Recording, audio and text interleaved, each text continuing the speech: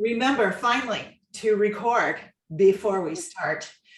And I will just look at Achilles' smiling picture face because she's in her car, ladies and gentlemen, to know that, yeah, we're doing the right thing. So I will now officially begin our meeting. Welcome to Pathway Professional Speaking. I'm Robin Roberts. I am your president this year. And it is my pleasure to welcome back our members, but especially to welcome our guests. Today we have Deanna Warner with us, who is a member in one of Tammy's clubs, right? And I have seen her in speech contests. So welcome, welcome, welcome.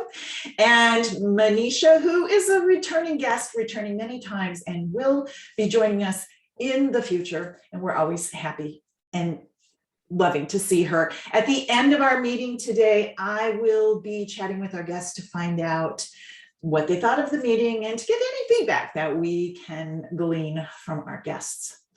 With that, we will get right into our meeting, as we did start a little on the late side.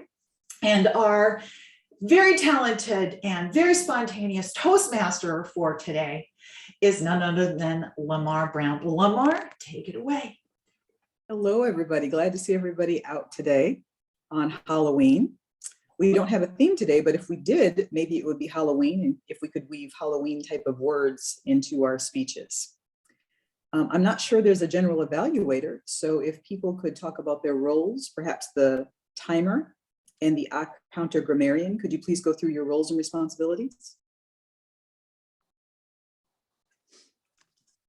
Thank you so much, Lamar. This is Achilles Atkinson, and I am your grammarian and counter for today. I'm assuming my role as counter will not be challenging because, of course, we are advanced speakers here. So I will be focusing on grammar. And what I will be looking for is how the words are woven together to engage the audience. As professional speakers, I know that we are well-versed at what we're doing. So I'm really looking to see you challenge yourself to make sure your words are effective enough to engage the audience. I will point that out and report it at the end of the meeting. Thank you, Lamar.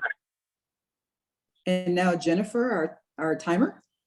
Yes, timing is very important when speaking professionally because the association or your client wants you to keep on time because they probably have more speakers or more things on the agenda. So I'll be taking care of the time. Thank you. Thank you, Jennifer. And now I think we are ready to introduce our speaker, Robin, our president. This is a speech for Rotary Club, and so it's a practice in speaking without selling. Robin's introduction is, ever wonder why you can't stick with those decisions you make? You know, ones like work out more or eat less or go to bed earlier. Robin, a certified consulting hypnotist, reveals the truth about that.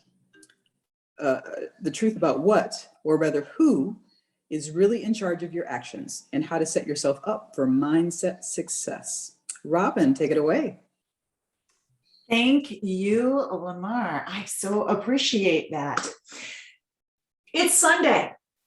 What are you planning for tomorrow? Is it something like, all right, it's a Monday, and I am going to now have a different attitude, like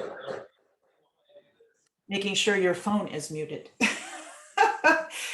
So let me ask you, is there something that you are wanting to do, some kind of challenge that you have for yourself, whether you're going to work out more, eat less, drink less, take your vitamins, and maybe you've actually even done this before, and you go, okay, Monday's the day, and you get to the end of Monday, and you have totally blown it. You have totally, even though you were truly intending, it is now no way. You ate what you weren't going to eat. You never got outside and took that walk, whatever it is. And here's the situation. We make these decisions. Our conscious mind makes this decision about what we want to do and what's best for us. But we forget to bring along our subconscious minds. And the subconscious mind is actually what's in control of your decisions and how you follow through, what actions you take. I would like to introduce you to your subconscious mind. I'd like to explain a little bit about who it is, about how it works, and most importantly, how you can get the subconscious mind on the same page as your conscious mind and make those changes and grab those opportunities that you have not done before. So if that's of interest to you, then today's the day. This is it. Give me a thumbs up if this is something that you are ready to find out more about. Excellent, excellent. The subconscious mind has been with you since before you were born. You've probably heard stories before of the person, baby, even the adult who has a special feeling about this particular piece of music because when they were in the womb, their mother played that music all the time. Those kinds of stories. And that's because your subconscious mind is with you from the beginning. And your subconscious mind has one job, just one job. And that is your survival. It is your best friend. And all it cares about is keeping you safe. So if nothing else today, what I really want you to understand and to embrace is that your subconscious mind is for you. It is your ally. It is always there. It will never abandon you. But there's some things you need to understand in order to take complete advantage of that relationship. And there are 5 things. Do 5 because then it's easier to remember them. The first one is, as I said, it is your best friend. It will never abandon you. It will be with you always. The second thing is that your subconscious mind is literal. Now, what the heck does that mean? Well, your conscious mind is logical. Your conscious mind thinks linear. If I eat differently, if I go out on a walk daily, then I will be healthier. That's your conscious mind. That's the logic and the linear.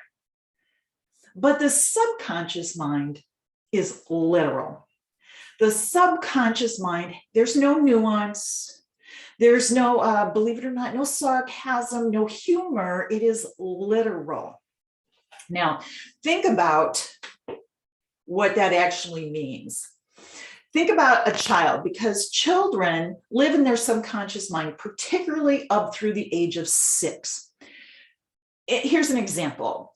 You say to your little one, your 4-year-old, your 5-year-old, Mommy's going to run to the store.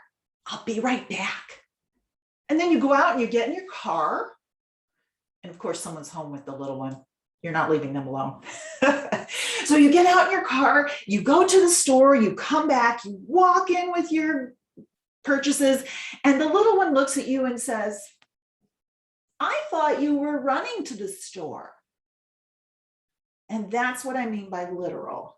There's no nuance. There's no understanding that there's a vehicle and this is just a phrase, just a way of speaking. So the whole world is viewed through the lens of being literal by the subconscious mind. That's number 2. Second thing to remember.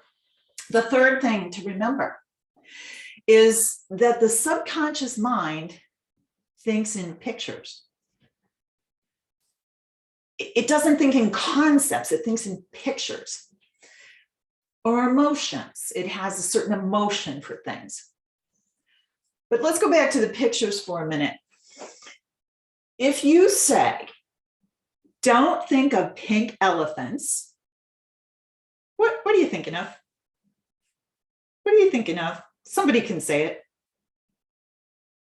If I tell you, don't think of pink elephants, what do you think of? Pink elephants. Pink elephants. Thank you, Jennifer. Absolutely. You think of the picture that's being presented, pink elephants. Because think about this for a minute. What is the picture for don't? What is the picture for don't? There isn't a picture for don't. The best you can do might be a red circle with a line through it, but it doesn't really translate. And that pink elephant is a very visual thing for your subconscious mind. And perhaps you've heard people express parenting advice this way. Tell your children, stay on the sidewalk. Don't tell them, don't run out into the street. Because the picture is running and street. And that's what gets stuck in the mind, as opposed to stay on the sidewalk, because that picture is the sidewalk and that's where it's safe. So really knowing that your subconscious mind thinks in terms of pictures. When you're picturing, let's just say, going on a diet. Ugh, I hate those words, but let's just use that as an example because I think most people understand it. What are you picturing? Self-deprivation.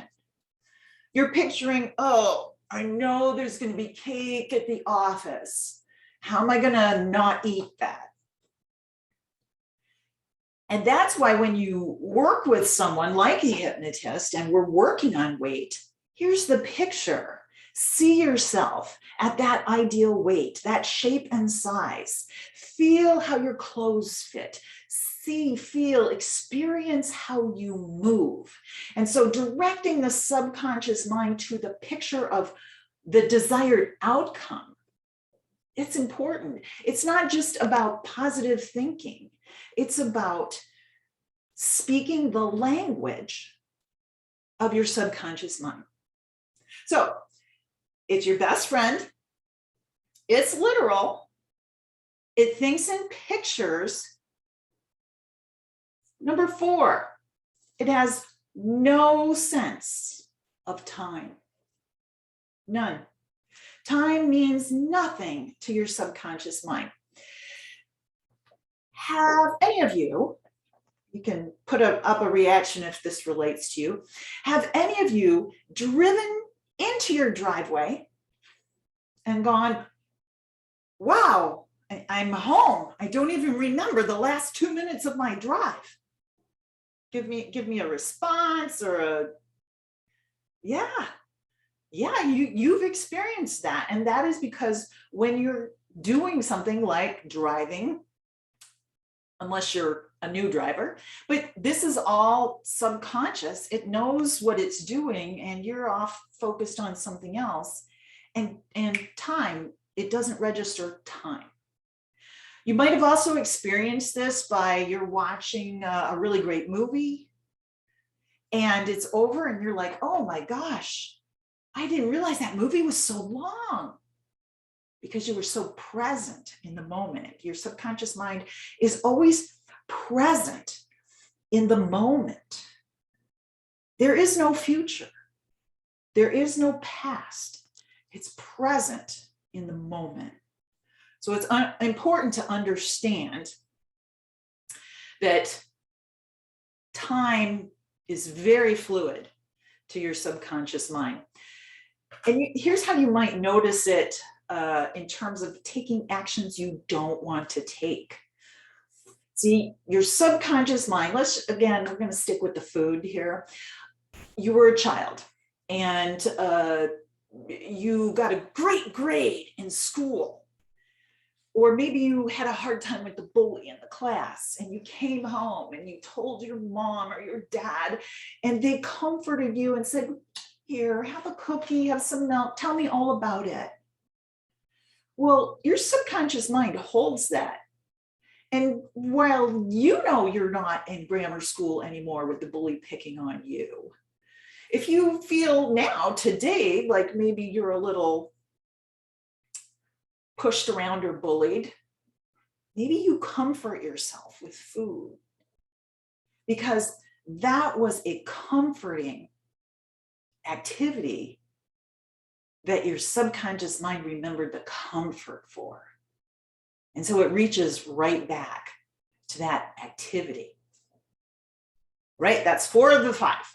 So let's review. Subconscious mind is your best friend.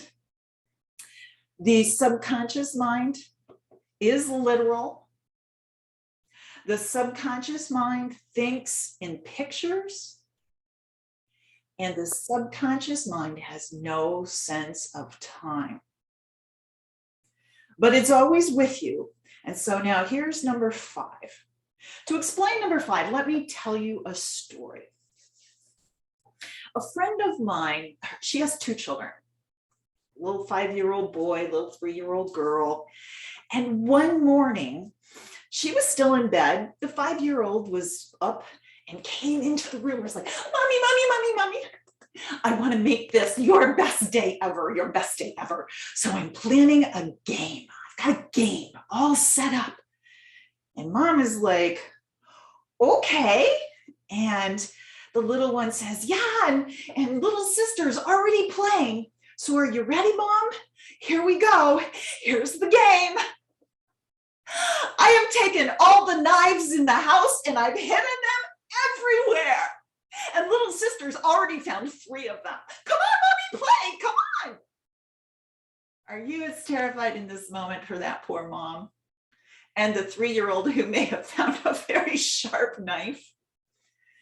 So the 5th thing is your subconscious mind stays forever at 5 years old. 5 years old.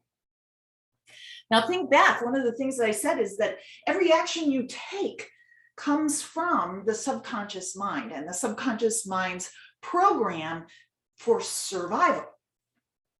That means a 5-year-old is making choices and decisions for your survival. Isn't that grand? Don't you want a 5-year-old making your decisions? No, of course not, right? Of course not. So that is why it's really important to understand your subconscious mind. Because in fact and indeed, you can consciously make decisions and think you're going to do something different.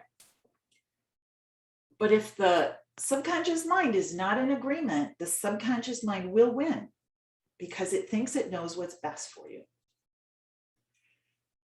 That is who's your best friend. That is who is always there for you. But just think about it in this terms. Even though that little 5-year-old with his knife game was like, whoa, my gosh, it's really frightening. I want you to understand that he had the best intention. He wanted to give his mom a great day. It was a fun game. He thought he was doing the right thing. And so when you've made a choice, a new decision to do something, and you don't follow through, understand it's because your subconscious mind thinks it has a better solution. And that is where hypnosis comes into the game. Because when you work in hypnosis, you're working directly with the subconscious mind. And you're helping it move to a new place, see the right picture, what you want to achieve in order to gain the results that you're looking for. I hope this makes sense to everybody. Is everybody with me? Everybody all of a sudden having an aha about that 5-year-old that's been running their life?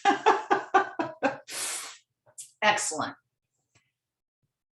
Another story for you. My sweetheart, his name is Sam. At one point in his career, he's very successful in sales, and he was doing great.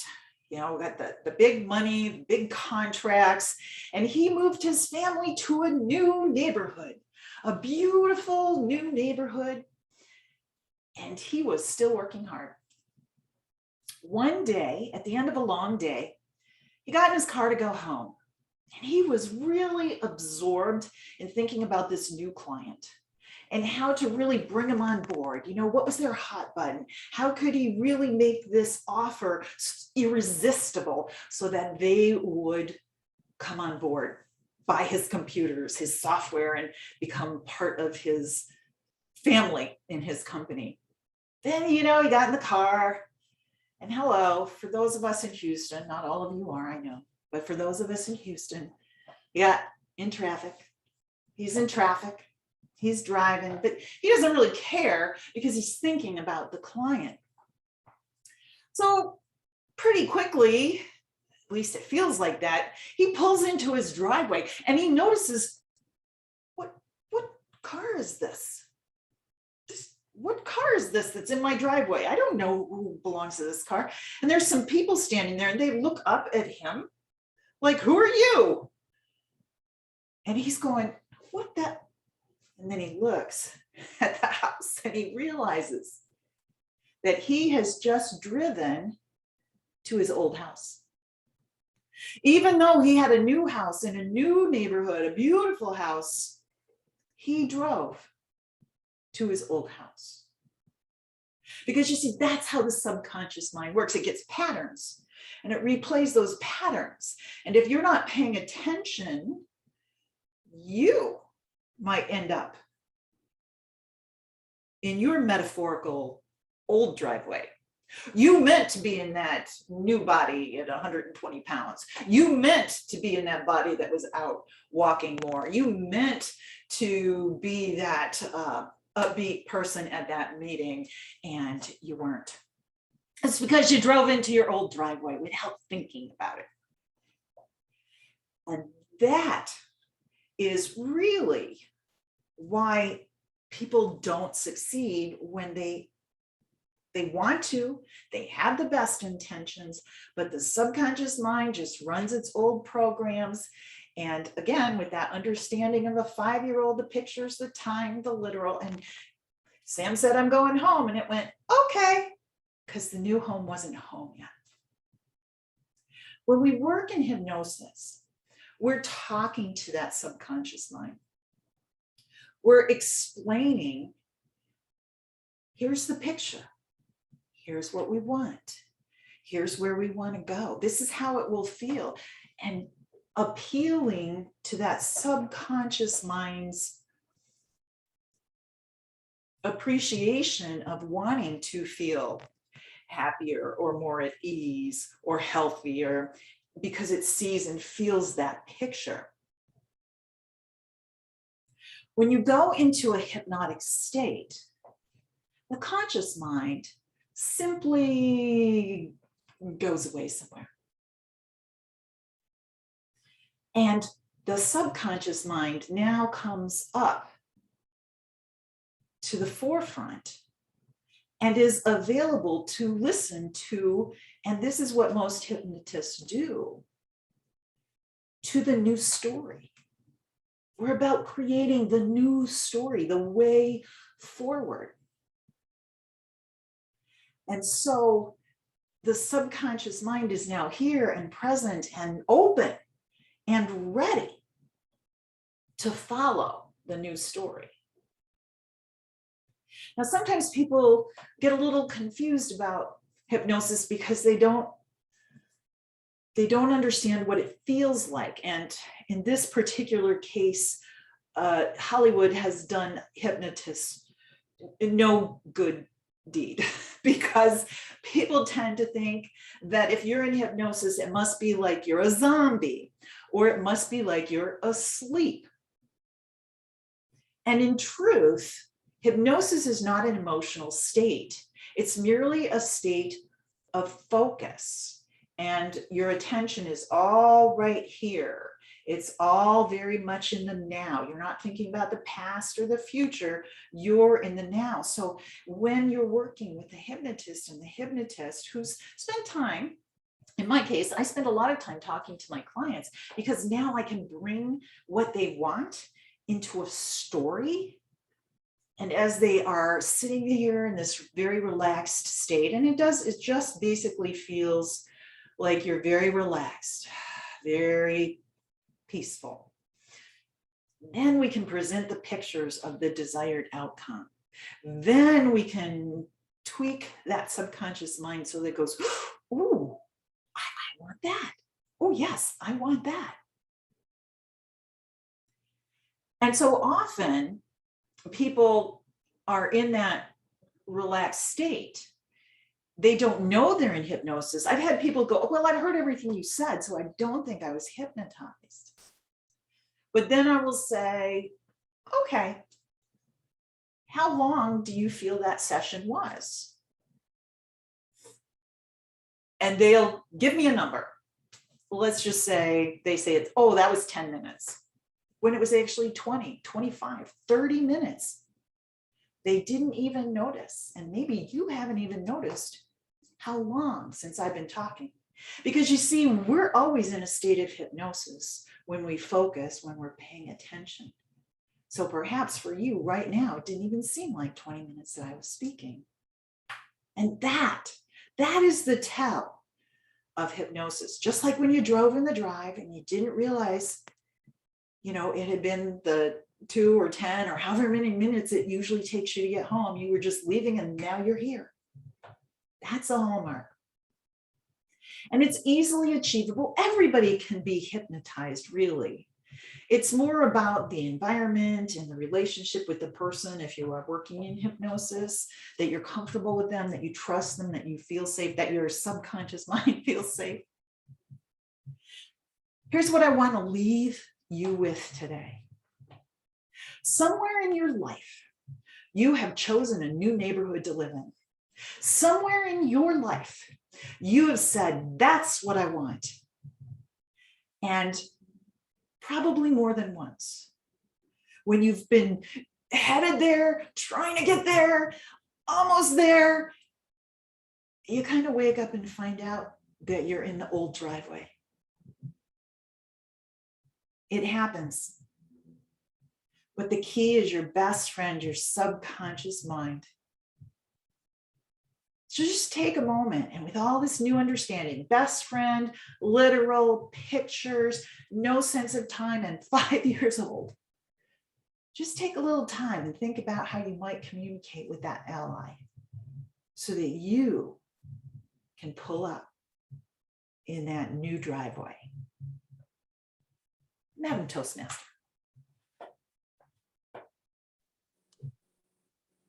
Thank you, Robin. Thank you, Robin. Very good speech. It explained a lot.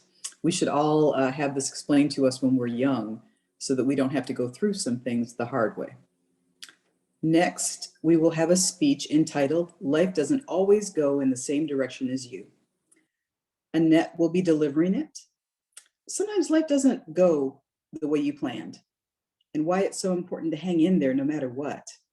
Annette pulls from her personal stories to share a couple of the lessons she has learned in life. Annette?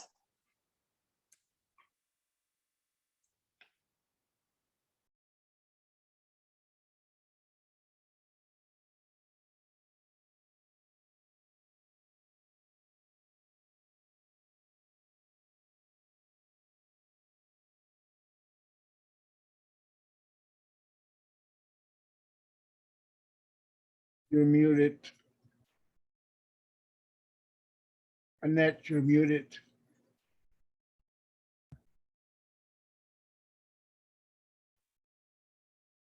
Okay, so I guess it didn't matter what I said. Nobody heard me. Okay. So have you ever headed in one direction only to find yourself going in the absolute opposite direction? I don't know about you, but that has happened to me more than once. Now, a simple story that sticks with me. My brother told me, who was a New York City firefighter, and he worked in Upper Manhattan. and there was lots of high-rise buildings. So they were called to a fire in a high-rise. I think it was like the 20th floor. But they all got into the elevator. There were 6 or 7 of them. Now they're already big boys to start off with. And carrying full gear adds another 100 pounds to each of them. So they piled on the elevator, hit the button, and the elevator promptly dropped down to the basement.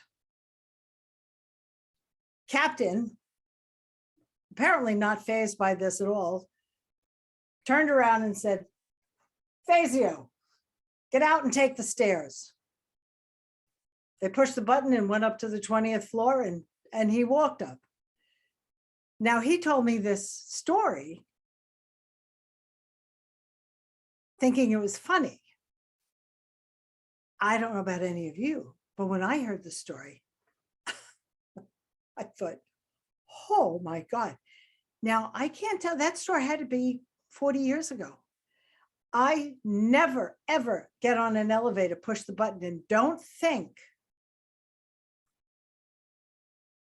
is this thing going to go in the right direction?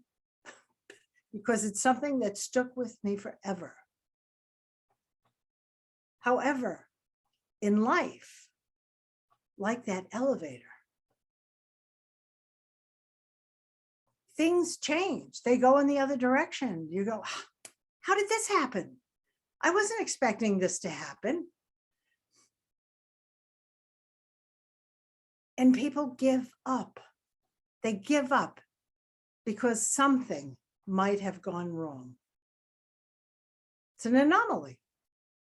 Now, do you really give up just because the elevator didn't go up? Did I never get onto another elevator after hearing that story? Did they never get on another elevator after experiencing that? But sometimes it only takes one disappointment to get you off the track. And as Robin was saying, it could be something in the back of your mind that said, oh no, this is the way life is going to go. I can't move forward, because we really do take things from the past. Or sometimes it feels scary as they're moving forward. So they stop. They go, no, this doesn't feel right. This doesn't feel right. Now, there's 2 different things. I mean, sometimes things don't feel right and they might not be right, but that's your heart talking. That's not your head. And I've said it before, and I always say it. Your brain is your mind is a dangerous neighborhood. Don't go there alone, because there are things that we say in our mind that is so not the truth. And you have to know that going into something there is no guarantee that it will be a success exactly the way you planned it out. You have to expect that it's going to be a success. But sometimes along the lines, you have to zig and zag to get to where you're going. Because if you have a dream and you run into a bump, that's all it is. It's just a bump. It's not a wall. It's not a wall on fire. It's just a bump. So you find your way around it, and you fail forward. You take whatever you see as that failure, learn from it, and now it becomes part of your arsenal to help you succeed. You know you can't do it that way, because that way didn't work. But there's a world of difference between I can't do it that way because that way didn't work to, oh my God, I can't do this at all. That doesn't work. So sometimes things wind up changing your life for good. Not for good, but for good, for the good of your future. And that's how you have to look at it. How did this change my life for the good, because there's always something to be grateful for. Now, before I tell you the next story, I do want to set the stage. I lived in a small house, and if anybody remembers All in the Family, when they show you the row houses, that's kind of what I lived in. It was 16 feet wide. I think about that now, 16 feet wide, 40 feet long. You walked up the front steps, a little cement patio. You walked in the living room. You went to the next room, which was the dining room. Then the house split. Bedroom here, 6-foot kitchen here. On the other side of that was a bathroom and the master bedroom. And then right behind that was a door that went to the brand new extension that my father had just built on the house.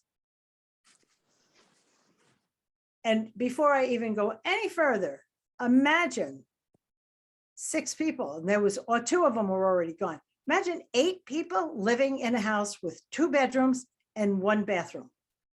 So if there's any question about building character, there it was. But one day, it was beautiful May, warm day. I was in the kitchen with my mother because she was still cooking for 6 people. And she heard, well, we both heard my brother's friend screaming. Now, I was only 7 years old, but he was screaming, "Mrs. Fazio, Mrs. Fazio." And he kept yelling. And my mother finally rinsed her hands, dried them off, looked at me as she headed towards the front door and said, "Why can't he just use the bell like the other kids?" When she opened the door,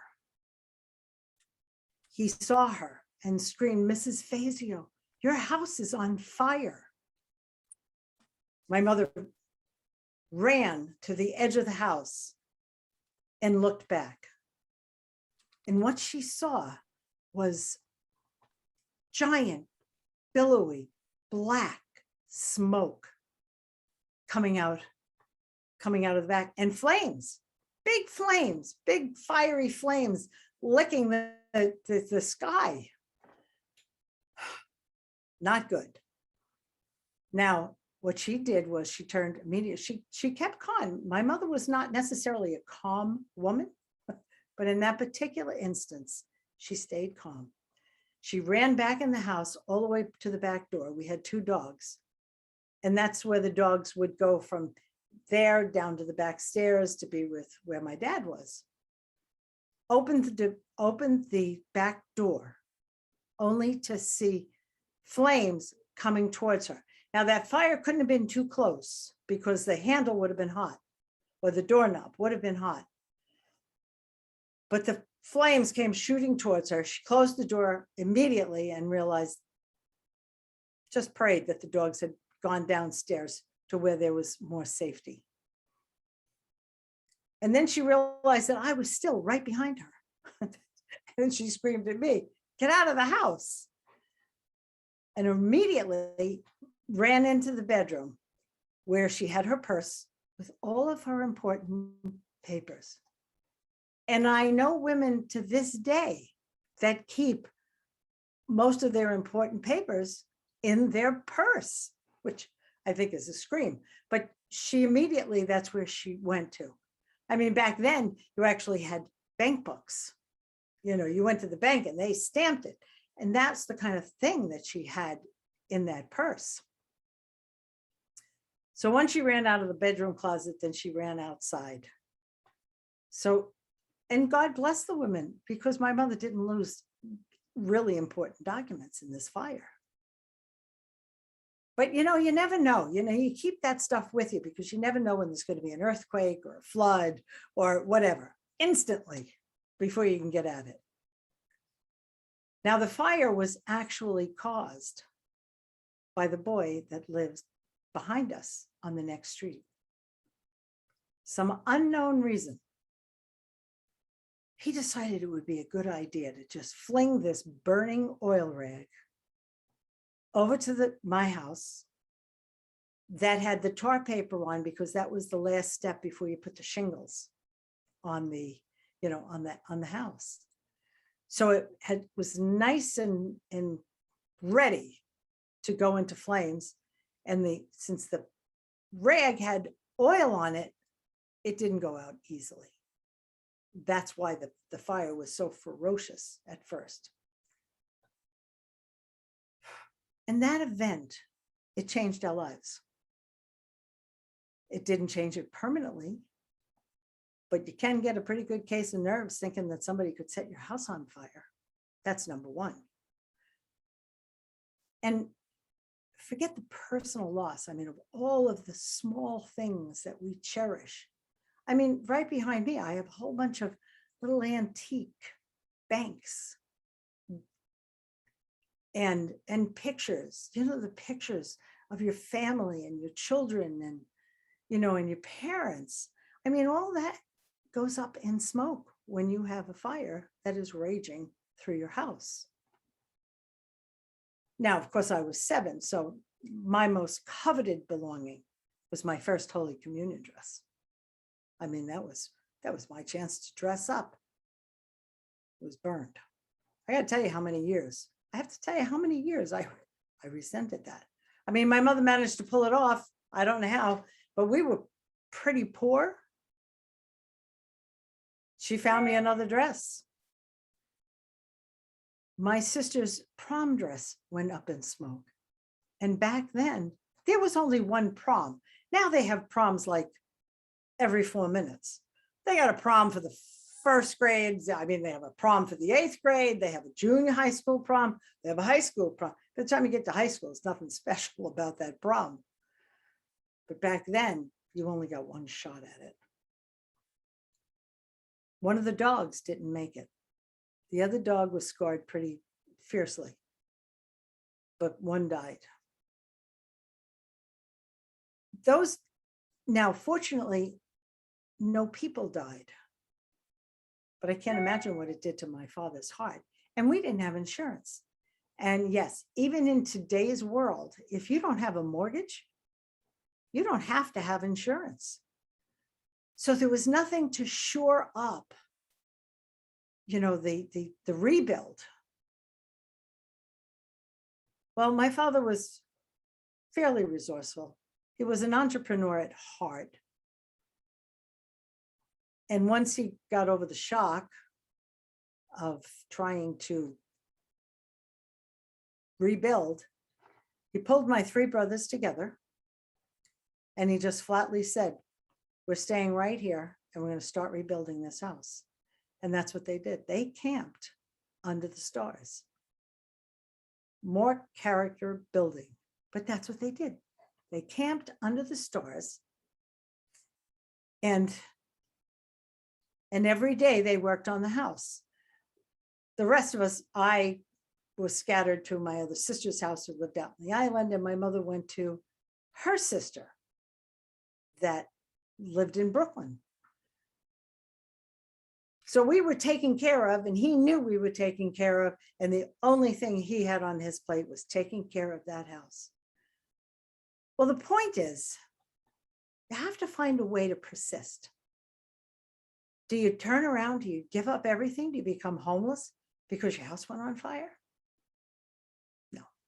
Well, there are some people that happens to. It does. Did he give up? Did he lose heart? He was too busy rebuilding to lose heart. And my brothers were too busy helping him to lose heart.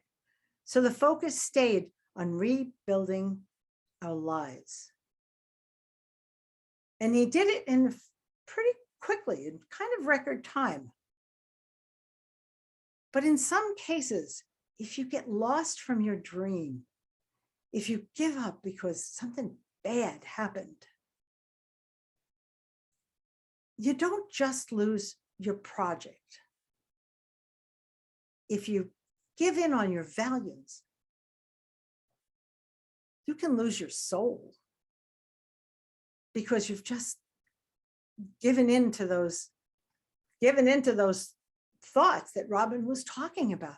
the ones that are in the back of your head that are still ruling your life. Now, I don't want that 7-year-old running my life today. It happened, we moved on, I saw all the good that happened. And you don't want to lose your soul because you didn't get what you wanted. You keep going. And to live in self-pity and despair, which absolutely could have happened. I know people that have done that. It will kill you emotionally, and in some cases can kill you physically. So finding your solutions is honoring your values and lifting your spirits. So what changes our lives is what changes our lives for the betterment and for the good forever. And that was my dad's greatest triumph. So what is it that you are afraid of facing or afraid of finishing? Think about who you are and what it'll mean to you to continue, and just to have this bump be part of your experience to be better. Thank you, Madam Toastmaster. Thank you, Annette. Wonderful speech.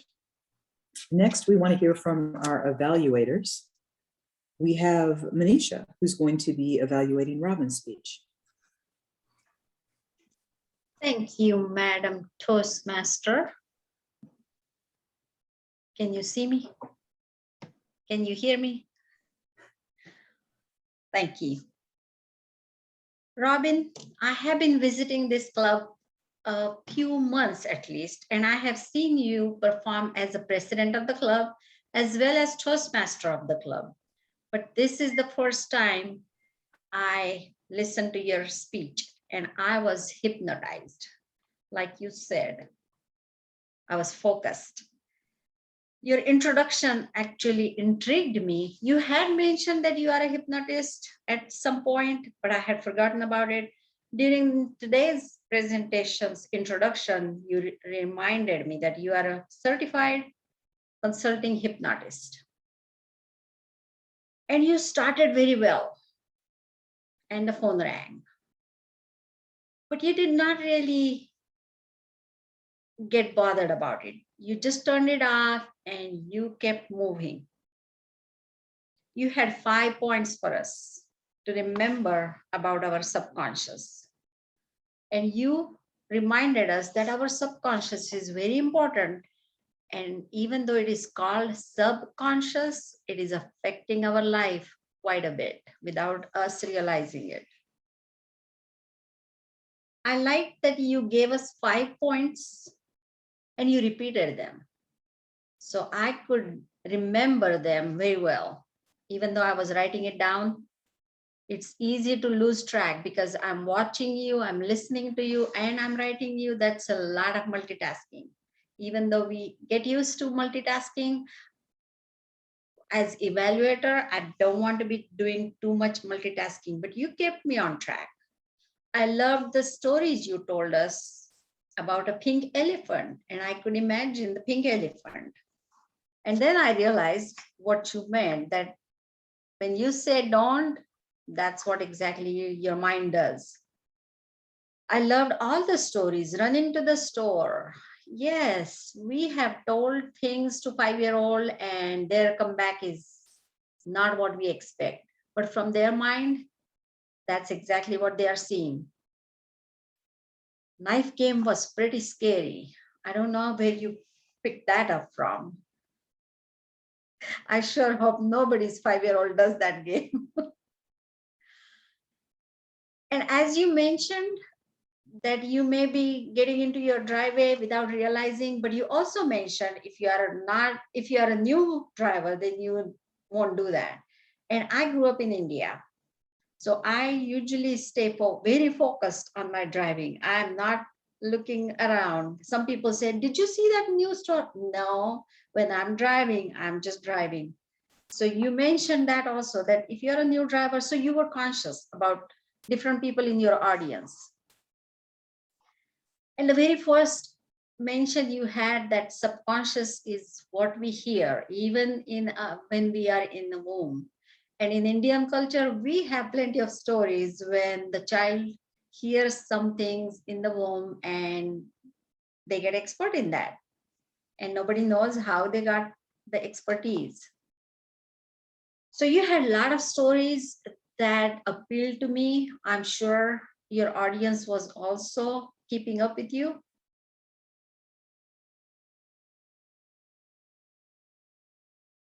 Our subconscious, you told us 5 things. It is a best friend. It is literal. So when you just said it is literal, I didn't understand. But you explained our mind is linear, but our subconscious mind is literal. So it has no nuances, no humor. And the third thing was it thinks in pictures. That is so true. So everything you were telling about subconscious, that made more sense after you said it. No sense of time. Very true. When I want to really diet and I see some food in front of me that I should not be eating, I end up eating. And even though you don't like to talk about diet, diet is something that all of us can relate to. And the most surprising thing was subconscious stays at 5-year-old. That is so messed up. But that also helps me explain why we cannot be successful when we want to be as an adult. So all those things were really good. I had just one thing for you. You started saying Hollywood did not do hypnotists a good deal. Maybe you can rephrase it in a better way, because I think Hollywood has not done a good job in many ways for many people. We just like it because that's entertaining. So you can be a little more critical about Hollywood, what they have done. And you are right. When I thought about hypnotists, I had never met anyone in person, even though I met you virtually. But all the hypnotists I have met was on Hollywood, some in movies and some in episodes. And they don't always give us a fuzzy picture that I want to be comfortable to go to a hypnotist to get some issue fixed quickly. Rashid had told me that I have to answer 2 questions when I evaluate your speech. Will I hire you and will I recommend you? From your explanation of subconscious and how we are going to train it to do better, to raise it higher than 5-year-old standard, I think I would like to work with a hypnotist whom I can trust, and I think I can trust you. So I may consider hiring you. You have started that process. Will I recommend you? I will definitely recommend you, because you did not get into the hypnosis until you had explained what subconscious does. You had very good gestures. I think you were standing up, so that gave you more power to your presentation. Kudos to you for that. And the best thing I loved about your speech is you called to an action. You ended asking us, are you going to move forward, way forward, by telling a new story to your subconscious, teaching it to focus on now rather than future or the past. So very well done. And I look forward to your next speech. Back to you, Madam Toastmaster. Thank you very much. Thank you very much. It's always good to get encouragement and helpful feedback. Next, we'll have Rashid evaluating Annette's speech. Rashid? Thank you, Madam Toastmaster. Can you hear me clearly? Annette, thank you for that presentation. We can tell, I can tell that you're an experienced speaker. You started out by asking a question, good way to get an audience attention, get them involved. Have you ever wanted to go in one direction and ended up in a different direction? Something we've all done, something we would all want to avoid doing. So you had our attention because this was something that we wanted to know about. And then you told us two stories, and they were both related to, they're both had the same theme. They're both related to fire.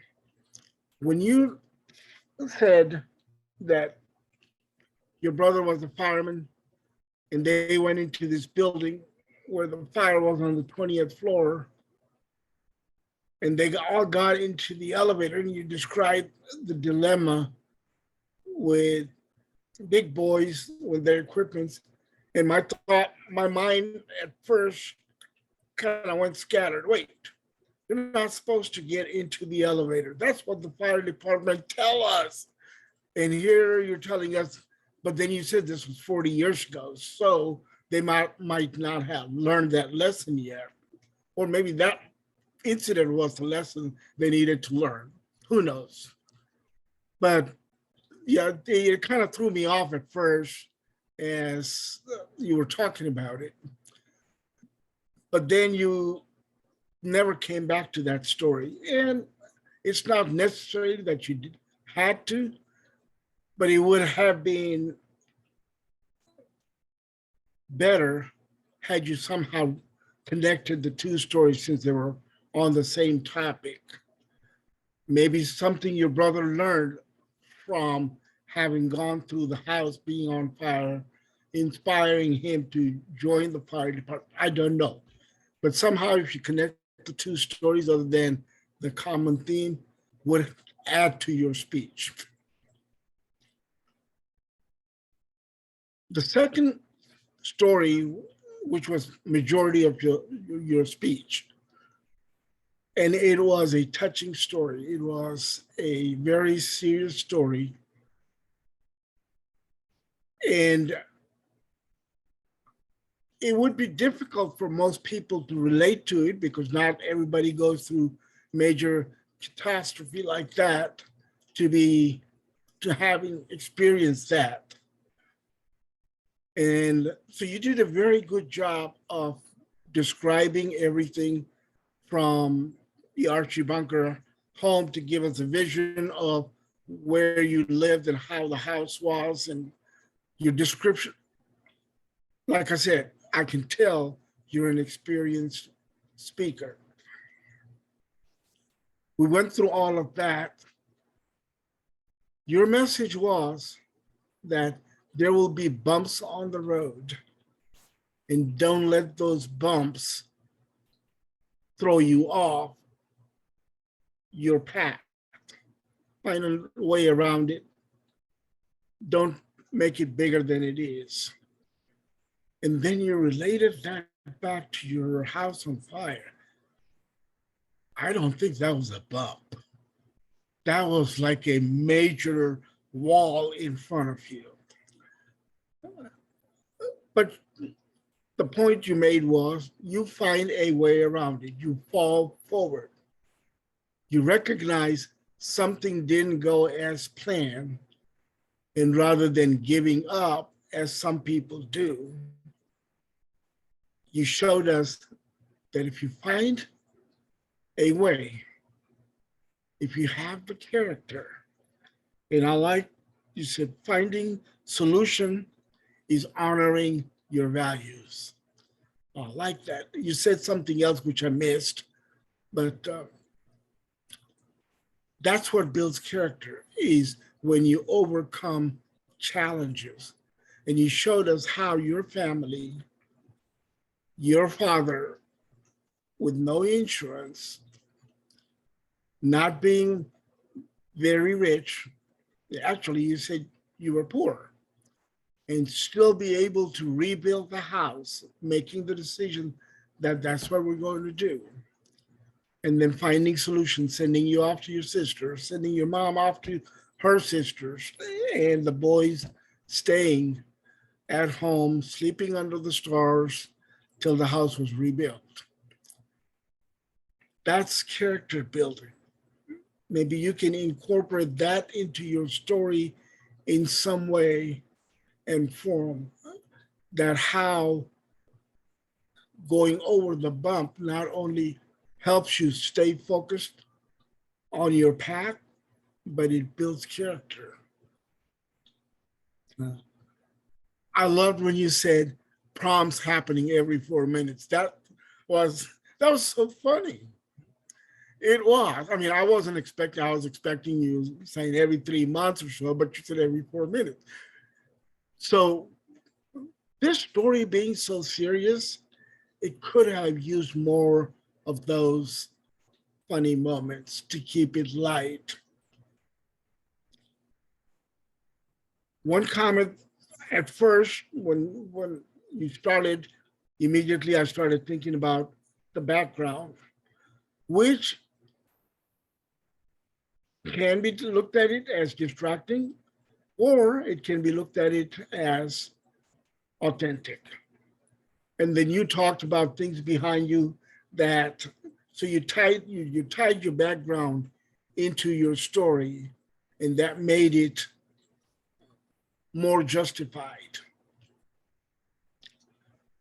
Overall, as I said, you're a experienced speaker. You did a wonderful job of making your point, telling the stories. The second story was a little too long, but add a little humor to it, break it up a little bit, and it would be much more powerful. Would I hire you? Absolutely. Would I recommend you? Without any hesitation whatsoever, because and this is your second speech. I think you spoke last time, and this is your second speech that I've heard, and you have proven to me that you are someone who knows what they're talking about. So definitely I would recommend, if I was in a position to hire somebody, I definitely would. Keep it up, and I honestly look forward to hearing more of your speeches.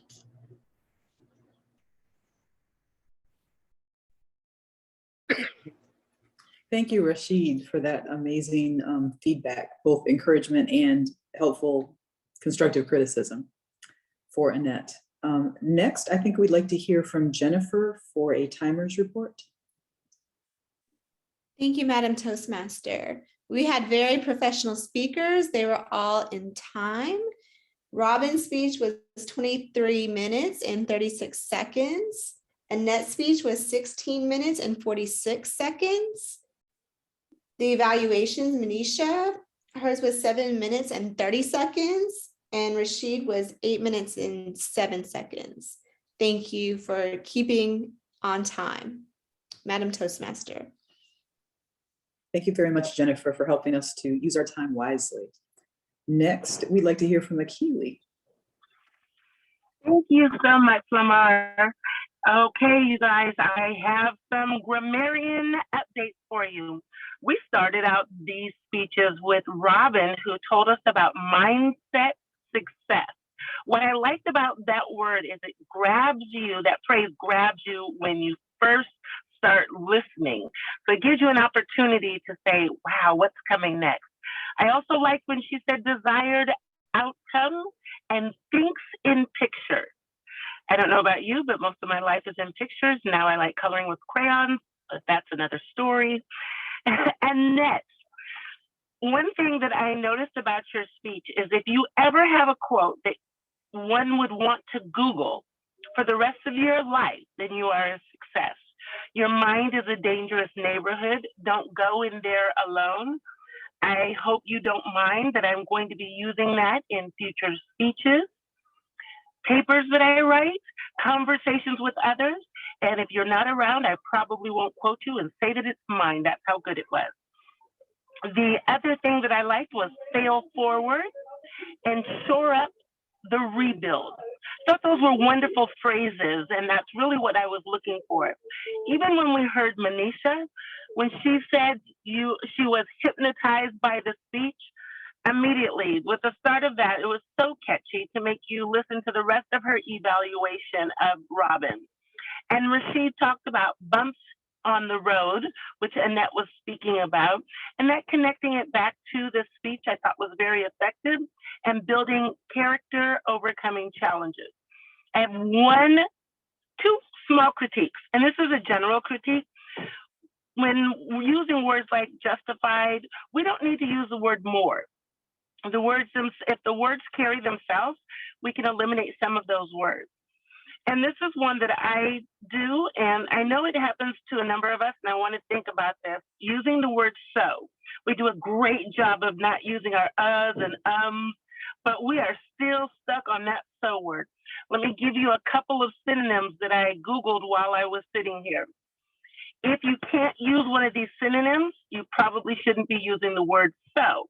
Accordingly, consequently, thus, as a result, equally, likewise.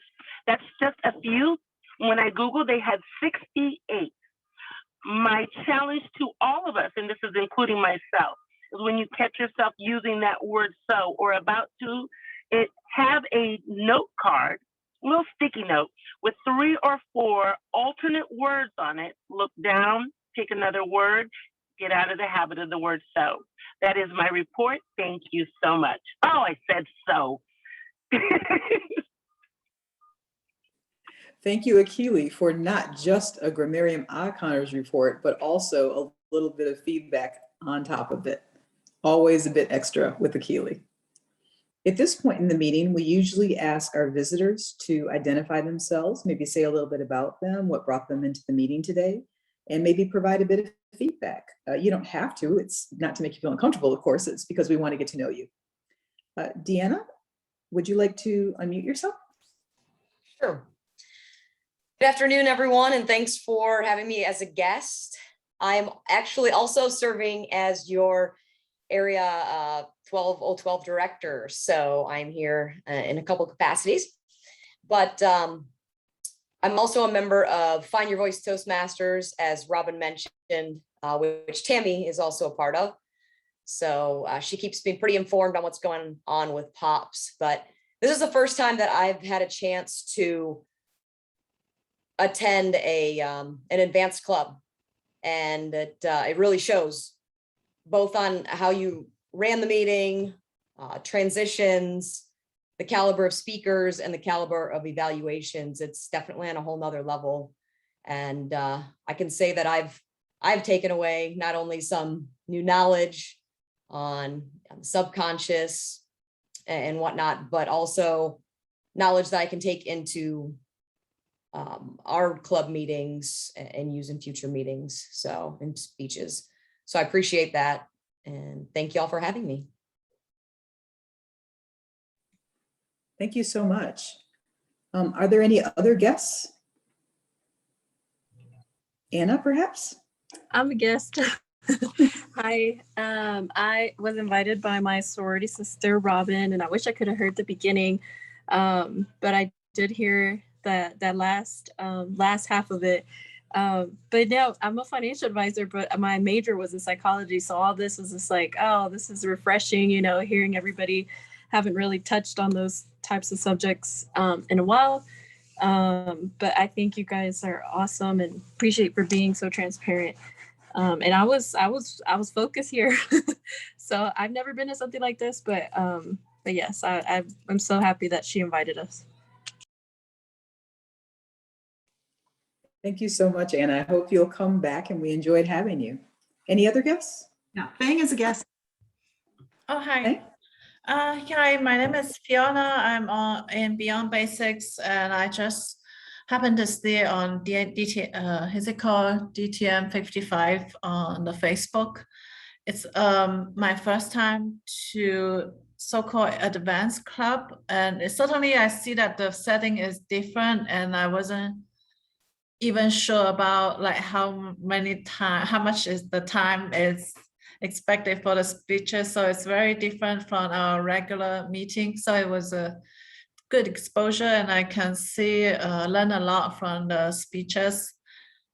But because I was coming back from lunch and I missed probably the part of the first speech, I just don't know if there's any access for recording or whether you're going to post it anywhere. If it's available, I would like to certainly look at it again.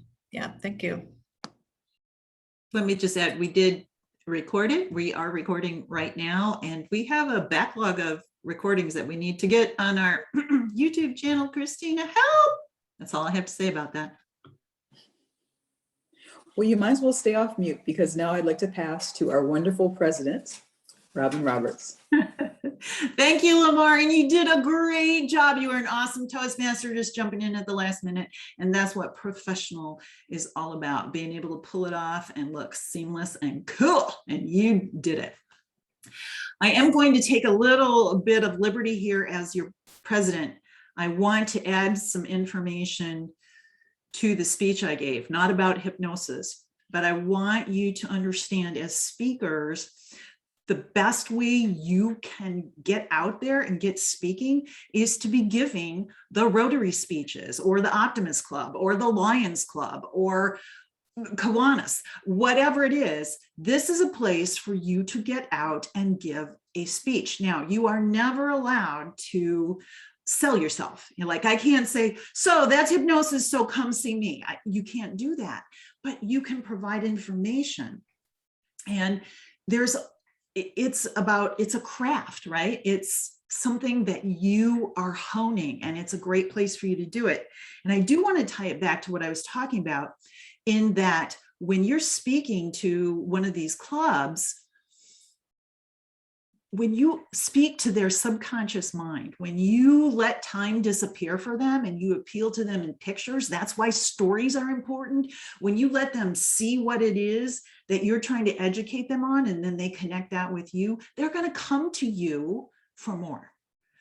So I urge you, if you do not have a Rotary type speech ready, let's work on that.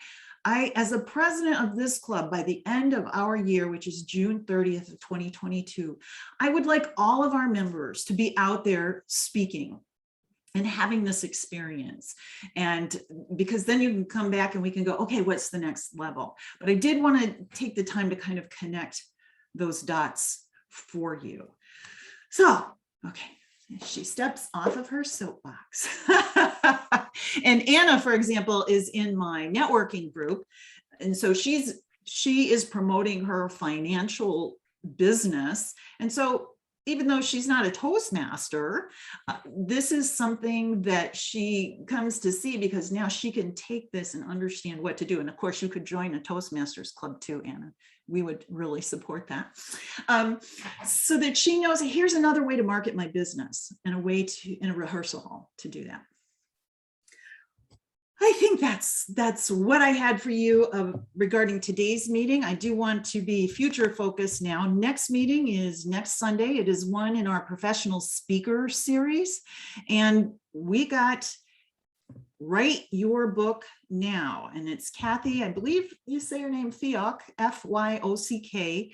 She is going to talk to us about writing your book. And as a speaker, it's really your calling card. And it's important. I know we have a few members. Debbie's written a book. Rashid's written a book. I don't know who else has written a book. Anybody working on a book? Annette's written a book. Okay, see, we're still getting to know you, Annette. So it is a great way. It gives you great credibility as a speaker. I have not written a book, so I know, I need to do it. So I'm really looking forward to next week. So please, please, please be here. You can invite guests, even if they're not Toastmasters, just like I invited Anna today, because this information is great for anybody who is out there trying to promote their business or their company. It doesn't have to be your own business, but I know a lot of us are entrepreneurs. And Annette has her hand up. What you got, Annette? I just wanted to say, when, especially virtually, when you're giving applause, it's kind of awkward. And this is actually the official handshake of the deaf. Right. And once I learned that, it's just so much easier than, trying to get my hands on the screen. So I'm just sharing it. You guys can do it use it if you want. It's just easier. I know a lot of clubs, they do one, they do both, whatever. Showing appreciation is the most important piece. Thank you for sharing that, though. That is because some people might wonder why you're doing that. Yeah. What's up with the hands? The hands. All right. Now, let me say this about that. I need people to sign up for their roles, because having that last minute Toastmaster, well, bless her heart, Lamar, bless your heart. It gives where do I send my introduction? Of course, I could put it in the agenda, but if I don't have a Toastmaster, who's going to see it anyway? Come on, peeps. We want to be speaking. We need to be filling out the roles. And I will say our VPE, who's really in charge of that at the bottom line, number one, he's sick today. But number two, he travels a lot because, hey, peeps, he's busy speaking like we all want to be. So if you could please take it upon yourself to sign in. We meet the first Sunday, the third Sunday, and if there is a fifth Sunday, we meet the fifth Sunday, 2:00.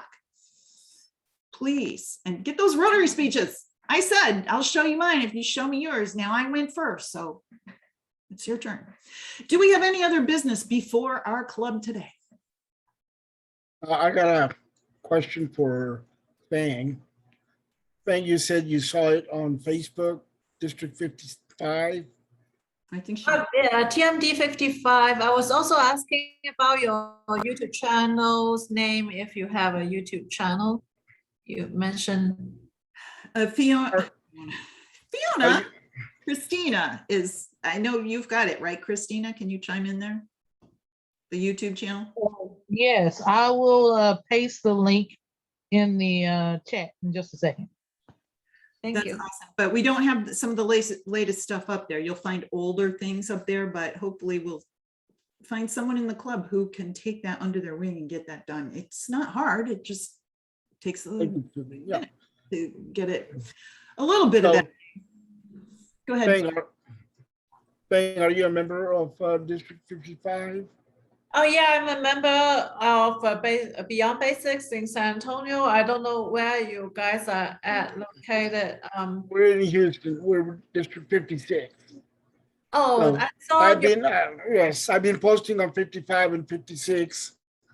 Oh, I saw that in TMD 55, and I also posted on our own club as well. Yeah. Oh, thank you. It's good to know that it's working. Yeah, I just happen to see it once in a while. Maybe only see it. I only go up there once a month, so I happen to see it. Thank you. Also, Robin, I signed up for the 18th to be a speaker. So Awesome. And listen, Rashid, you're doing a great job with the PR. Thank you very much. I really appreciated what you did for my presentation today, and I shared it with my networking sorority, and that's how come Anna's here. So if you hadn't done that, I probably wouldn't have clicked. So thank you. I'm doing. Thank you. Thank you. And if there is anybody who could act as an assistant to our VPE, I would really love for you to reach out to me privately. You don't have to do it right at this minute, but I would love to have someone get some support. We can't just go, oh, well, it was his job, it didn't get done. We need to make sure it happens. So I would appreciate that. Having said that, anybody else got anything? Deanna, oh yes, I'm so sorry. I've been incredibly rude. She's our area director, and I totally blew that. So Deanna, area director, please say a few words.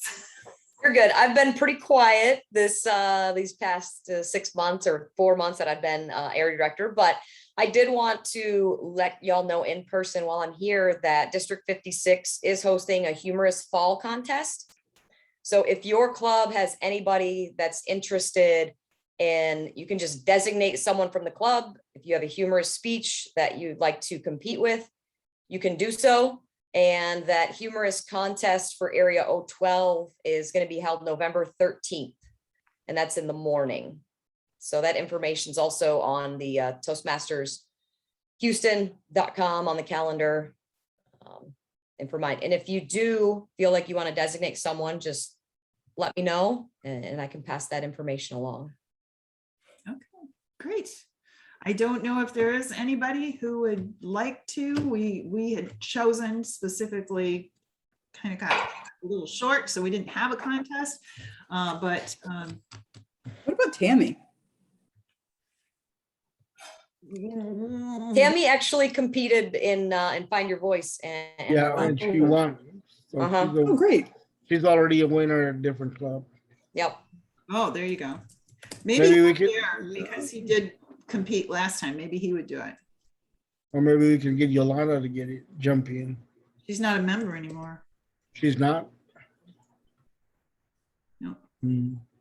So, all right. Well, we certainly invite those of you who are Toastmasters, if you would like to expand your Toastmaster membership and join an advanced club, please be assured you're welcome here, Deanna and Fiona. Thank you so much. And I did get a message from Christina that our YouTube channel has missing videos, so we need to work on that. That's what I have for everybody today. If there's nothing else Do going. you Okay. use do you use the same Zoom code for your meeting each time or different? Oh, that's a good thing.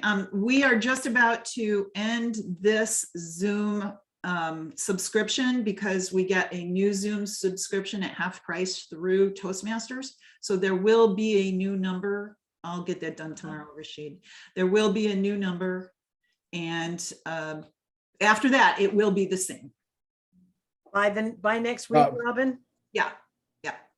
So I I need to, actually don't know how to find you guys, so I'm not sure if there's any sure. name. or Would you something. put your contact information in the chat for me? And then I'll get a hold of you, please. I'm sorry, I should have asked everybody to do that to begin with. Oh, my email or something? Or Please give me your email. I'll just put it. also, Robin, I need that new Zoom code so I can redo the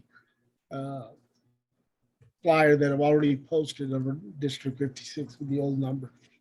Okay, I actually have to create the account. I still haven't heard from Toastmasters, so I just have to go ahead and do it. So, yeah. I'll definitely get it done for tomorrow. Thank you. All right. And with that being said, this meeting is adjourned. See you next Sunday, 2 o'clock for our guest speaker.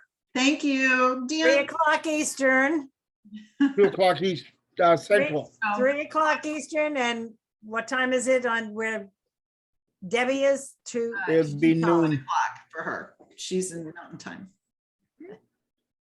All Is right. she in Mountain or Pacific? No, Mountain. She's in Mountain. Mountain Time. Texas is Mountain Time? No, Texas is. Utah's Mountain. Central. No, Okay. No, you, We're Central. Central. Central, yes. Texas is central, maybe not far west Texas, but You know, Yeah, some part of Texas is El Paso, and that is in Mountain Time. Amarillo? I don't know. No, Amarillo Central. Okay. you gotta be quick to keep up here. All right. Thanks. I thought our two speeches were very simpatico, Annette. Yes, I did too. And I would love to hear your speech again, because it's exactly what I am been learning and concentrating on. Cool. All right. Well, we'll talk. We'll talk. We'll talk. All right. Thank you. Deanna, Thank you all. so great to see you. Come anytime. I know you're busy. Thanks. Bye. All right. Bye. I'll see you tomorrow. Are we doing tomorrow night or not? Because Yes, I believe we are. I And wrote to Debbie because I asked my person at Builderall and she says we're not supposed to be using the new mailing box yet. really, now, but one of the misinformation, and I think it was information, if we put it into the old mailing box, we can't get it out and put it into the new mailing box, which doesn't sound like that makes sense. I don't know that piece, but because Debbie told me she shared with me what you guys wanted to ask about. And I went, okay, I haven't used the new one. And I went and I couldn't get in the old one, and turned out actually just coincidentally, all their systems were down at that exact moment that I went to look. So, so Lisa, who's my contact there, she wrote back and said, the new mailing box is not ready to be used yet. And she, Right. We knew that it was still in beta. right, but so basically she was telling me just use the old one. So I didn't know if then you still had a question. Well, the two people that'll be on, I have to take my husband up to the VA hospital, so we'll be staying at a hotel. So I think I'll be able to be on it, Okay. but there's still a bunch of questions that we have that Well, they mainly, have. yeah, well, and I'm happy to help. They keep, adding and, so I may not know all the answers. That's all I want to say as a disclaimer, but I will do my best to either tell you what I know or find out. Because I'm shocked that you don't have all the answers. Shocked, I tell you. You're so funny. You're so funny. What part of, you're in Florida, right? Fort Myers, Fort Myers. Fort Myers. Yeah. And, I'm trying to do this whole thing, and I've got the partners, but the partners work a lot. And my biggest challenge, well, now there's something else going on with my husband, and I'll find out Tuesday morning if he's in danger again. He's got an invasive melanoma on his neck, but it is close to the, not pituitary, it's close to the lymph nodes. So they just, Lymphatic system, it's infringing on it. Oh, that's- well, they want to make sure it's not infringing on the lymphatic system, Yeah. which really wouldn't be good. That would not be me having another good time. Know what I'm talking? That. A good New York girl. If you get my drift, it just wouldn't do. Wouldn't be good. No, it wouldn't be good. So, and you know what? I guess if we have the answer to that,